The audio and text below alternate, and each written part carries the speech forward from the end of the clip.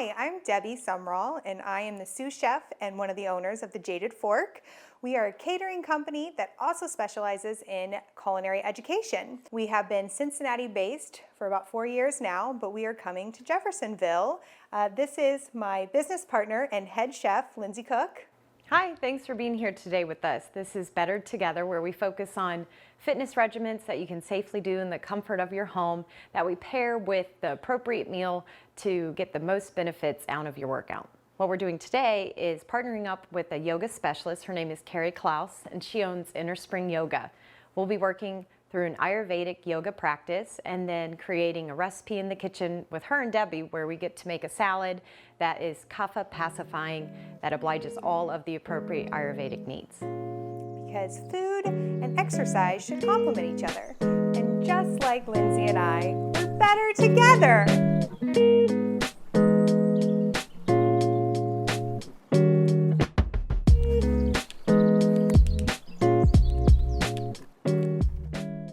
This is Lindsay and Debbie, and we've invited Carrie Klaus with Inner Springs Yoga to come into our home today to teach us a nice yoga practice that we can do this winter. Carrie, do you want to tell us a little bit about what you've chosen for us today? I sure do.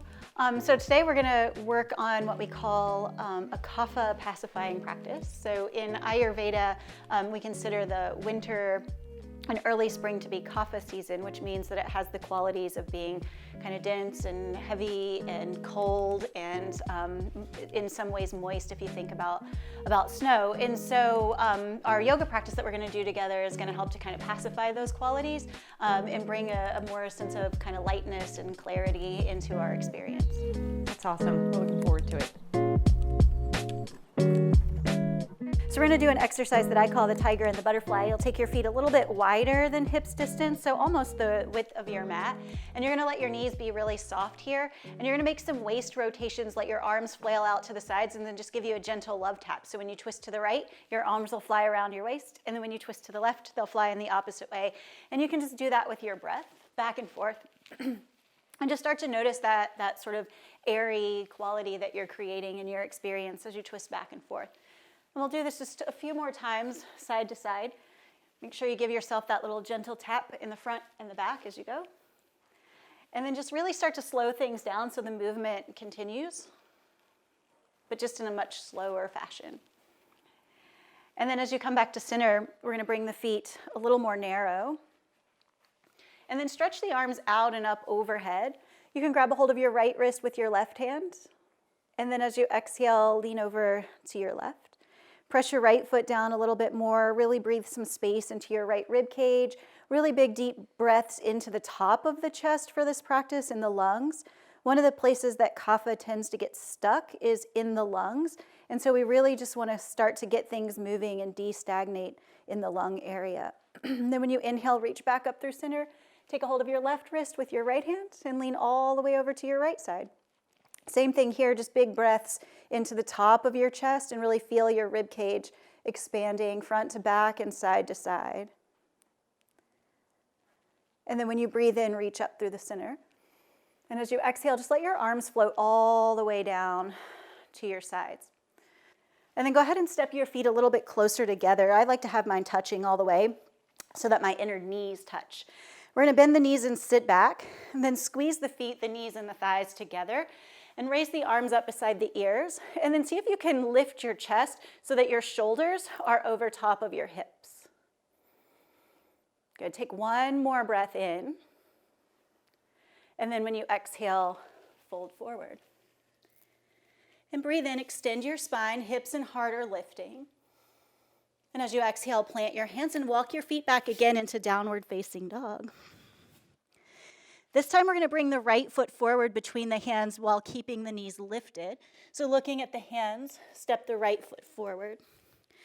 We'll keep the back heel lifted, and then as you inhale, lift your torso up into a runner's lunge. Arms reach up beside the ears. And take a slow breath out, trying to breathe through your nose. Another breath in. And then when you exhale, frame your foot. This time as you inhale, the right foot's going to go back to meet the left in downward facing dog. And breathe out. Then look to your hands. Bring the left foot between the hands. Keep the right heel lifted, and then lift the torso. Reach the arms up, and breathe out through your nose. Another breath in, and then exhale to fold.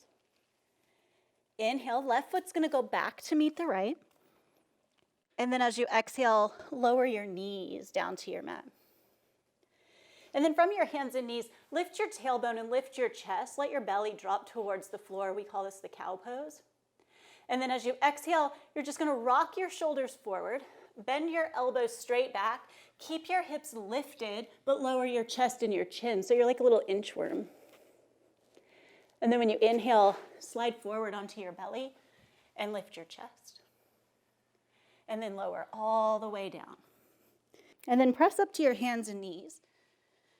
And then we're just gonna bring the knees together, swing your feet to the left, sit back, and come all the way around to reclining on your back. So you wanna be in about the center of your mat. So when you lie down, you have space behind you. And then once you're lying down on your back, keep your knees bent and the soles of your feet on your mat.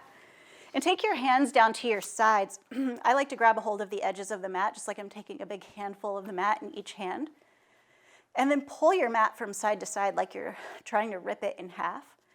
And as you pull from side to side, lift your chest and feel your upper arms roll underneath of you. And then press your feet down and lift your hips up.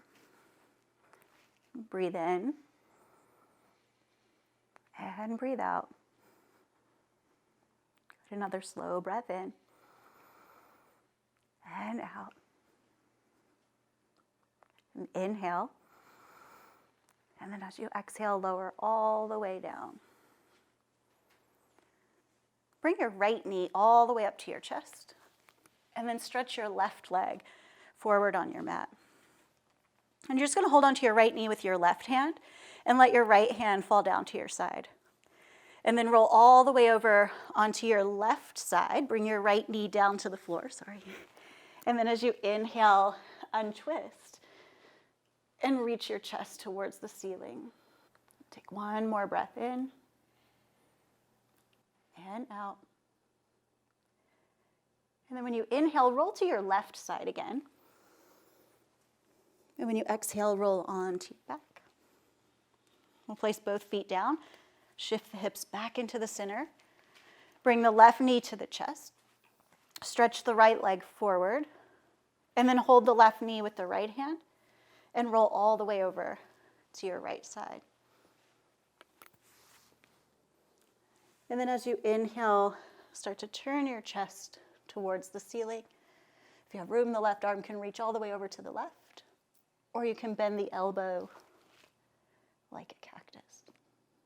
And then as you inhale, roll again to your right.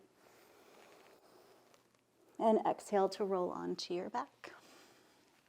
And then once you're on your back, just bring both feet to the floor, shift your hips and your shoulders back into the center of your mat.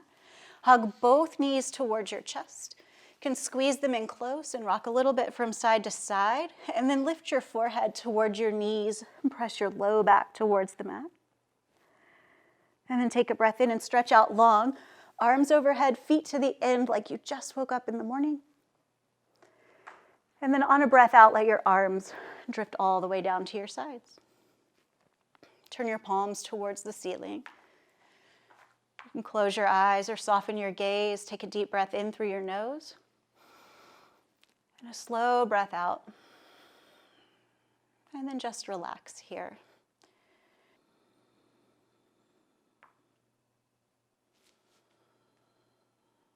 And then begin to move the fingers and the toes.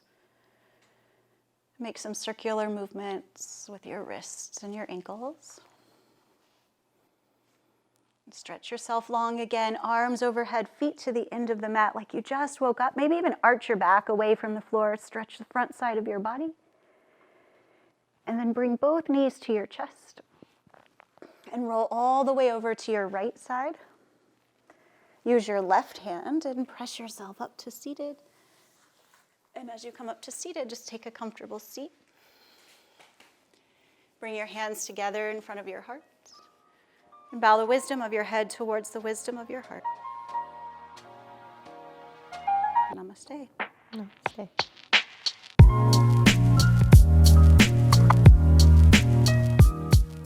Yeah, I like exercising at home. I know that it's been kind of a different time for us, so being able to modify things that you teach in a studio into a home version is probably pretty challenging, but I feel like you did a great job showing us what was appropriate and how to work within our space. Thank you. Yeah, I think the biggest challenge for practicing at home is you don't have all the same props and things that you would have at a yoga studio, like your blocks and blankets and bolsters. So being able to kind of work without those and still make things accessible for people who might not have those props at home. And you mentioned modifications. I know Debbie and I both have a few different ailments that sometimes bother us. I have kind of a bad hip that I've been dealing with, and so I know that there's certain things that I can't do. I'm sure that there's people at home that have knee or back issues, or maybe they're just concerned about some of the movements. So what are some of the benefits of yoga to speak to some of those ailments? Right, so first it's always best to check with a skilled teacher first and kind of make sure what poses would be contraindicated or what would be safe for your body to do. But then, once you kind of have that in your mind, the nice thing about yoga is that you're really empowered to kind of make it your own practice so that you can make the modifications that you need to make for your own body and the way that things feel in your body. In fact, one of the big tenets of yoga is that you are learning to listen to your own body and do the things as they feel right in your body. So there's no real, dogma around you have to do everything this way or that way. You really get to kind of move around and make it your own.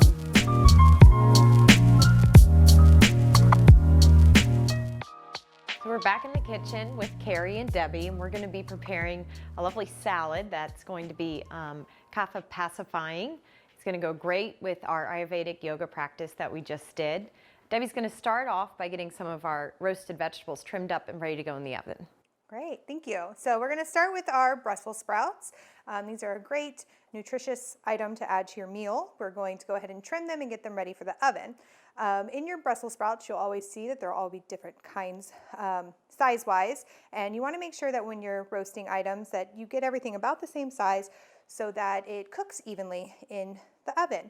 So the first thing we're going to do is trim off the ends, and the bigger ones we will cut in half, throw them in our bowl that we will season and oil them with. The smaller ones, we're just going to go ahead and trim off the ends and throw those in whole.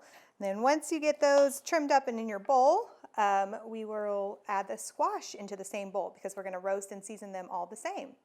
So I've got butternut squash here pre-prepped. When you get a whole butternut squash, you'll see that it has a long cylinder and then a round bulbous part at the bottom. And what you want to do with those first is kind of split those in half so that you can work with the two different parts. They're different because the bulb actually holds all of the seeds and membrane on the inside.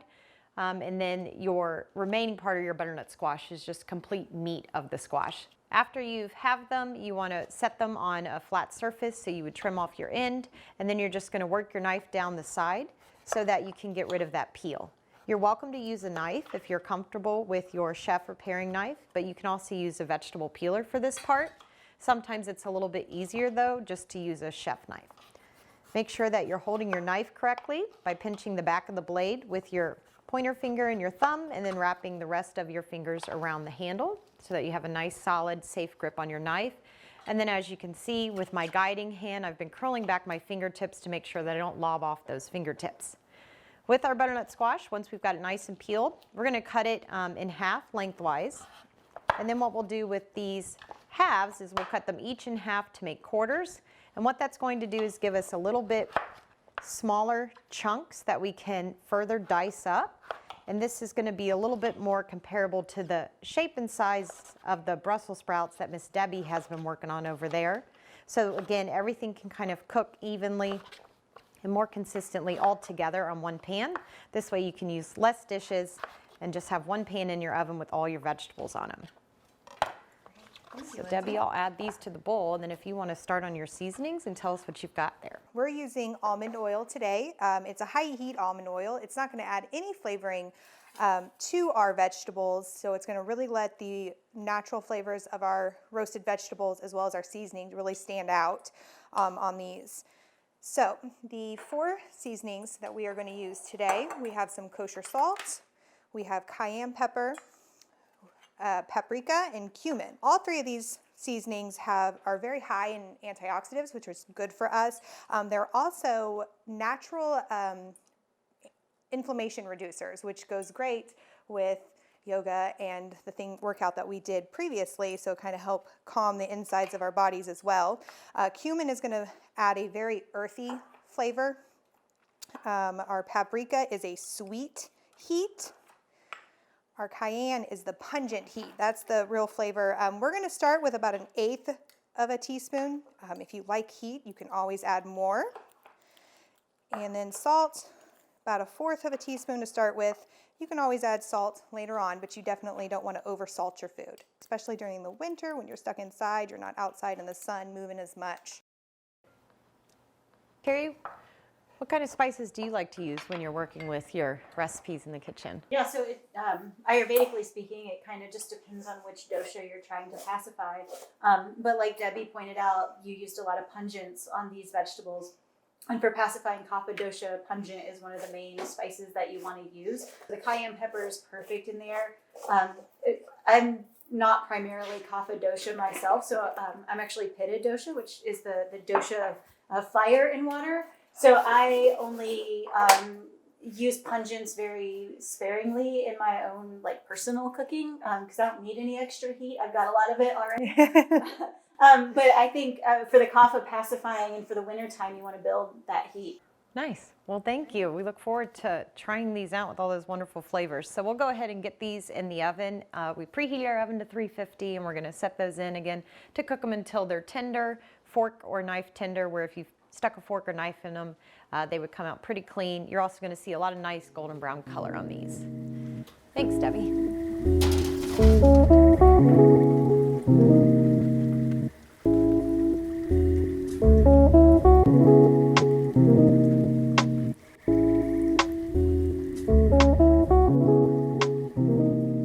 So with the kapha pacifying recipe that we created today, we're using dark leafy greens using kale. You can certainly substitute it for spinach or Swiss chard. Mustard greens, dandelion greens are also really fun, light and flavorful dark greens. And then we're going to be working with a lighter, leaner meat. We're using chicken today, but you can also certainly use fish or shrimp. Anything that's going to be a little bit lighter and leaner is really going to help in pacifying with the kapha qualities. So Debbie's going to show us a couple different techniques first to get started on prepping our kale for our salad. So when you buy kale whole on the stem, you do need to remove it from the stem. So we have two different ways. One, if you want to hold the stem and work your knife down against it, you just kind of cut it right off the stem. And when adding it to a salad, you want it to be forkable, is what we call it. So you want to be able to use your fork to create a nice bite that will fit nicely in your mouth. So once you have your leaves stripped, you kind of want to bring them all together, and you'll run your knife through and do a nice chopping so that each bunch will kind of fit on your fork nicely into your mouth. Kale is a very sturdy vegetable. It is a superfood, as most people know. It is packed full of nutrients and vitamins. It is very fibrous as well. So Carrie will show us how we want to massage our kale so that it breaks down the fibers. You just want to get your leaves, and with your thumbs, just kind of work your way on all the leaves, and you're breaking up the fiber so that it is going to be more palatable and enjoyable in your mouth, not as hard and coarse with all the veins running through it. This is a chopped size that will go into our salad. But we also want to show you, if you're not as comfortable with the knife, you can also just remove them with your hands, breaking it down, breaking it off. And when building a salad, most people like a lot of different textures in their salad. So another nice cut that we wanted to show you is a chiffonade, where we bring it all together, kind of roll it up in a nice little thing. Holding your knife, you're just going to run it through, making nice little strips. This is great to do with herbs as well, leafy herbs. And then you have nice little strips that you can also throw into your salad, giving it different texture. This is great for garnishing things as well. You can build nests and piles with them. I'll let y'all finish up with the kale, and then what I'd like to start doing is I'll work on the chicken. So our lean meat that we're using today for our recipe is going to be roasted chicken. And what we're going to do is we're just going to add a little bit of that almond oil that we had already worked with our roasted vegetables. Almond oil is from almonds, and it's a really light nut, and it's something that's appropriate for this type of season for our kapha pacifying Ayurvedic recipe that we're working with. And the great thing about it is it's very neutral in flavor, but it also is a high heat cooking oil. So you can actually use it for sauteing, stir frying, any type of roasting, even a little bit of pan frying if you wanted to.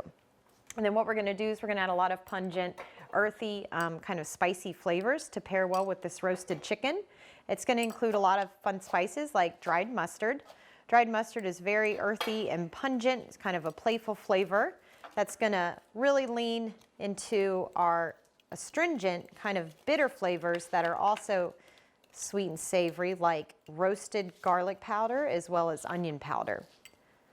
With our mustard, onion, and garlic powder, we're also going to add a little bit of color and a nice twinge of flavor using ground turmeric. That's what you see in most curry blends. When you use turmeric, you want to make sure that you're adding a little bit of moist heat to your cooking so that you can kind of properly infuse all the flavors. So with our little bit of almond oil and then the moisture from the chicken, we're really going to be able to infuse all these flavors into the chicken breast. So we're going to get our chicken into the oven, 350 preheated to go with our vegetables, and we want to cook this until it's 165 degrees in internal temperature. And if our juices start to run clear and it feels a little bit firmer, we'll know we got it nice and safely cooked. So I'll go ahead and put this in with our veggies and we'll get started on our dressing. Now we're going to go ahead and make our creamy sunflower seed dressing. So we have sunflower seed butter that we're going to start with. We've had it at room temperature to let it come to a good consistency that will easily blend with our other ingredients. So we have sunflower seed butter, bring nice texture and creaminess to the dressing without adding any dairy products. We also have minced garlic. Fresh garlic is great for your immune system, and it will bring a nice tanginess. We have about 1 teaspoon, which is about 1 clove minced. We also have miso paste. Miso paste is a product made from fermented soybeans. Any fermented product is really good for your gut health, so that's going to be real nice in there, and it's also going to subtly add a little bit of tang and freshness with our garlic. We also have fresh lemon juice, which is going to bring acidity to it. And an optional ingredient, as Carrie had mentioned, that she has enough heat already, but this is cayenne pepper again. It's going to bring a little bit of a subtle, pungent heat to our dressing, but again, it's very optional. And then once Carrie starts to mix it, I have about a half a cup of water in here. You just want to start with about 1/4 of a cup to see what consistency your dressing is as it comes together. And we'll start to add that. And as she mixes it, it's going to come together and create our nice creamy dressing that we'll add to our salad. Carrie, did we do all right with the ingredients that we chose for this recipe? Absolutely. I love that it's dairy-free. Dairy is one of the things you really want to avoid if you are having some kind of kapha imbalance, because it's a mucus producer, and that's basically kapha's job, is to produce mucus. So you want to leave out all of the dairy from your meals when you're dealing with kapha. So I love that you use the sunflower seed butter instead. And if you don't have sunflower seed butter at home, you can use sunflower seeds in a high-powered blender and just add water to it as you mix it, and it will create your own sunflower seed butter. Other ingredients that we're going to play with today are those sunflower seeds that we made our sunflower butter with. And then you can also work with squash seeds. These are pumpkin seeds, pepitas. We've got dried fruit. They tend to be less moist than ripe and fresh fruit are. During our kapha quality pacifying, we're always looking to use a little bit drier fruits. That could include raisins, craisins, as well as dried cherries are beautiful and kind of pungent in flavor. And then we have a really kind of toned down sweet and earthy figs that I think go great. Same with the dates. I think they go well with butternut squash, sweet potatoes, kale, anything kind of dark and astringent. We've got a couple bowls of our voluminous kale that you all chiffonaded or chopped and massaged. And we went ahead and made some tofu as well as the roast chicken so that we could do this vegan vegetarian as well as with the appropriate amount of protein that we need to kind of make a balanced meal. So ladies, if you want to pick out which flavors you want to add to your salad, I'll put this tofu one together if you guys want to throw the chicken salad together. These salads are great for appetizer if you want to make a smaller version. You could also create an entree size portion out of this. And all of these ingredients, if you make them, keep them separate in your refrigerator, you can actually keep them for up to 7 days. The squash and the Brussels sprouts, you could actually freeze before their expiration date. If you thaw them out, I would definitely reheat them again before you try them. I wouldn't necessarily recommend reheating the chicken or the tofu. I think the texture will kind of not be as great as it could. That's some fruit for seeds. And then I like adding raisins. I'm a big fan of that flavor with sunflower seeds as well as the pepitas. And then I also really enjoy figs. They go great with any of the citrus, especially the orange or lemon juice that we have that you could put in the dressing. So I'm just going to kind of douse mine with oil. I'm going to stay away from that dressing today because I want to look forward to all these other flavors. But you all are always welcome to drizzle your dressings on your salad. If you're looking to kind of be a little more health conscious, you can keep it on the side and then dip each bite so you use a little bit less. This is a great chopped salad that you could do where you throw everything in a container with the Tupperware lid, shake it around, and really evenly coat that salad greens with all those creamy dressing ingredients. Well, Carrie, thanks for joining us today. I'll get you set up with some silverware, and we can go ahead and enjoy our kappa pacifying salads that we made today. Thanks for coming.